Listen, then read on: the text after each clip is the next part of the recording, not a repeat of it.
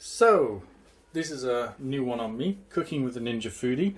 I'm going to be doing a beef casserole. And I've already put a little bit of olive oil in there. Going to turn the Ninja Foodi on. Put it on sear and saute.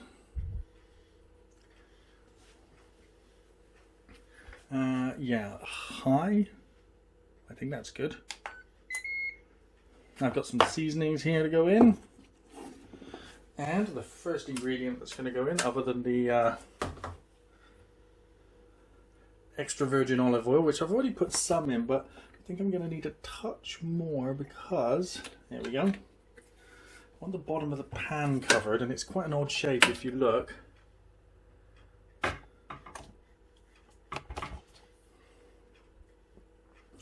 And what's going in first is frozen chopped onions. It's around a cup and a half, a cup full, I don't know American measurements. 400 grams, 300 grams, something like that. And that should start fizzing away in a second. Hopefully.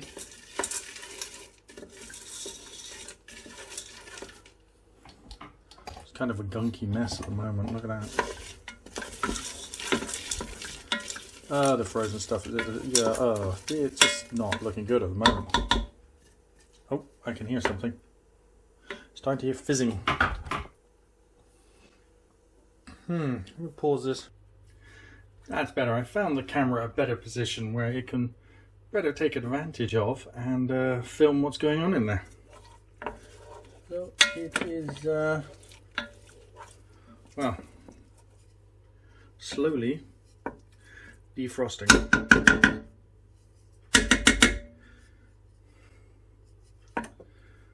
Oh. At this stage, I will add a touch of seasoning and the garlic.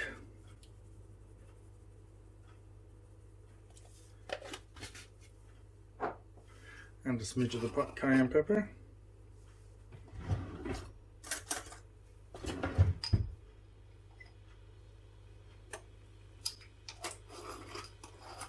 There we are.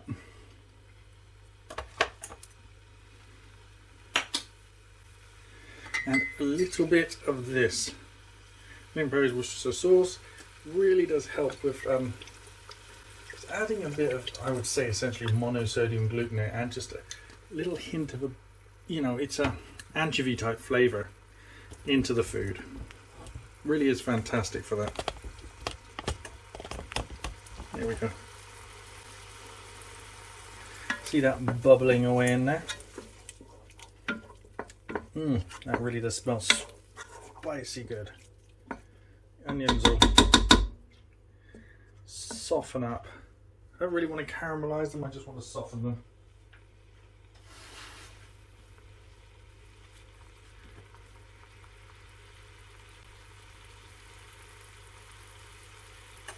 That does smell good, and it's getting to the perfect temperature.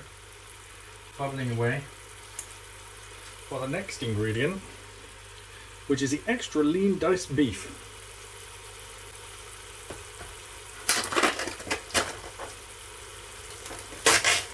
Which I'll then fry, and as that's frying down, I'll peel a couple of potatoes, a couple of carrots,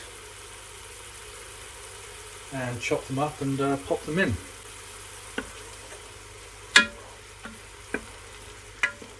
Very obvious where the heating elements are on this device, isn't it? Around the outside.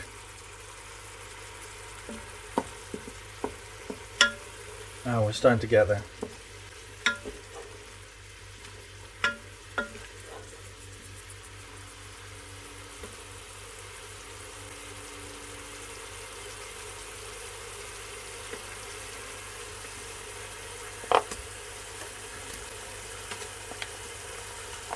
Oh, the heat coming off that's incredible.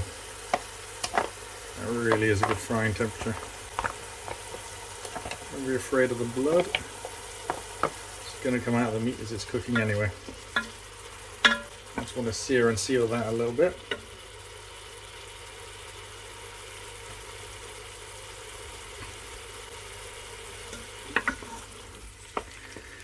sure all the meat's covered with the sauce.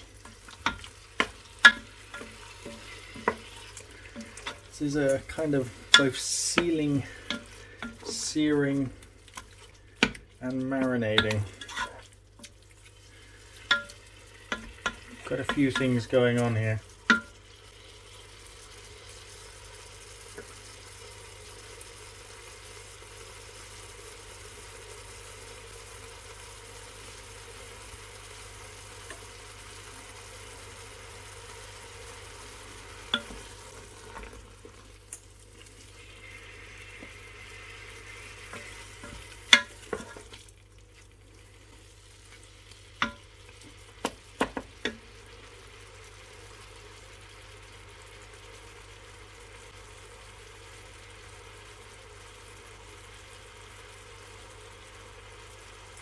Okay, I'll leave that to cook down a bit more and we'll return when I'm ready to put the next vegetables in.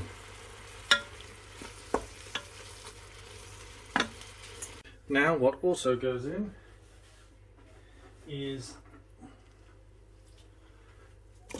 2 chopped carrots, 2 chopped potatoes,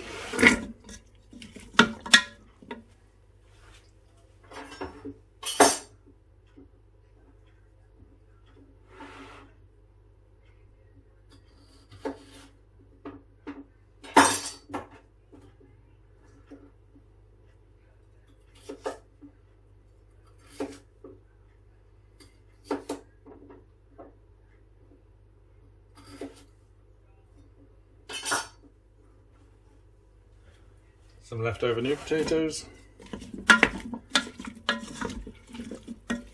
That's a lot of potatoes so far.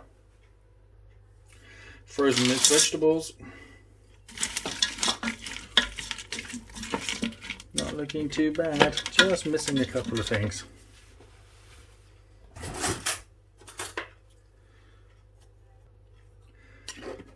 Two heaped tablespoons of flour. That's for thickening the sauce. And 1 pint or half a litre of beef stock.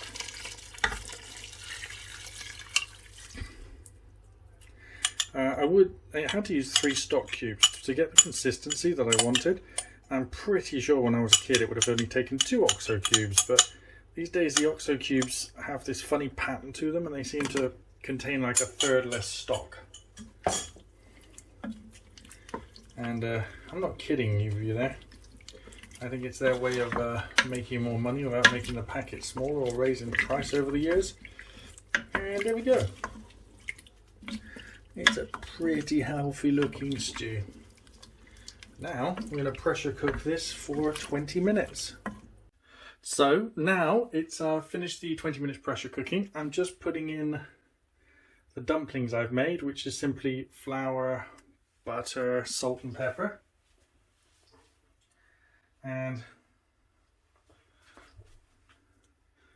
I'm going to then put it back onto steam for, I don't know, let's get all of these. I'll put it back onto steam rather than pressure cook for another 10 minutes. And those should all fluff up and get really big. I think with steaming rather than pressure cooking, I put this on the lid and then I keep it on vented. At the top here you see sealed, vented. I go around the front and turn it off.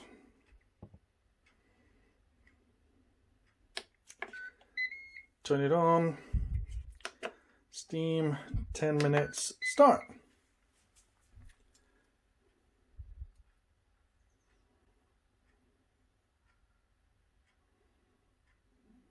And we'll see what that looks like in 10 minutes.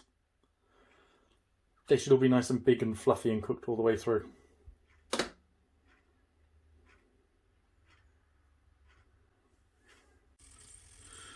Okay, back again, and hopefully this time it's finished. I say hopefully. I think it is. So No need to release pressure. I've been steaming. Oh, look how much they've swelled up. Oh, isn't that wonderful? That is all the dumplings cooked. They look amazing. Oh, lovely. It's thickened up the sauce a bit as well. Always a little bit of the flour and starch comes out. Oh, look, they're falling to pieces. Bread-like inside. Isn't that wonderful? I'm just going to try this one here.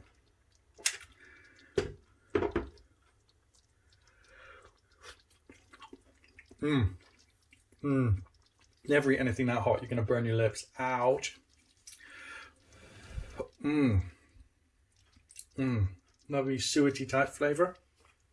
I didn't put any suet in it this time. I just stuck to butter and 2 types of flour. 50% bread flour and 50% self-raising flour to allow it to fluff up nicely, but not give it too much of a self-raising flavour.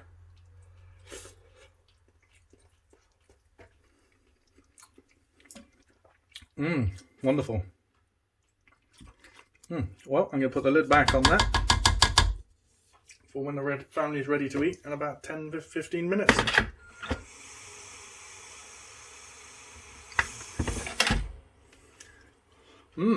That tastes wonderful. The sauce, nice and beefy. Cayenne pepper gave it a little bit of bite. All the other flavours mixed in. Nice. Got one last look at it before I let you go. Beef stew with dumplings. Let's just serve up the first one for my son. 3 dumplings. And Max, I want you to eat everything, so no trying to avoid vegetables, okay? Okay. And there'll be seconds if you're a good boy. What do they look like?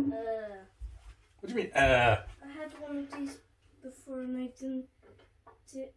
didn't even like them. Please rate, comment and subscribe as I talk to my son about how nice beef stew is.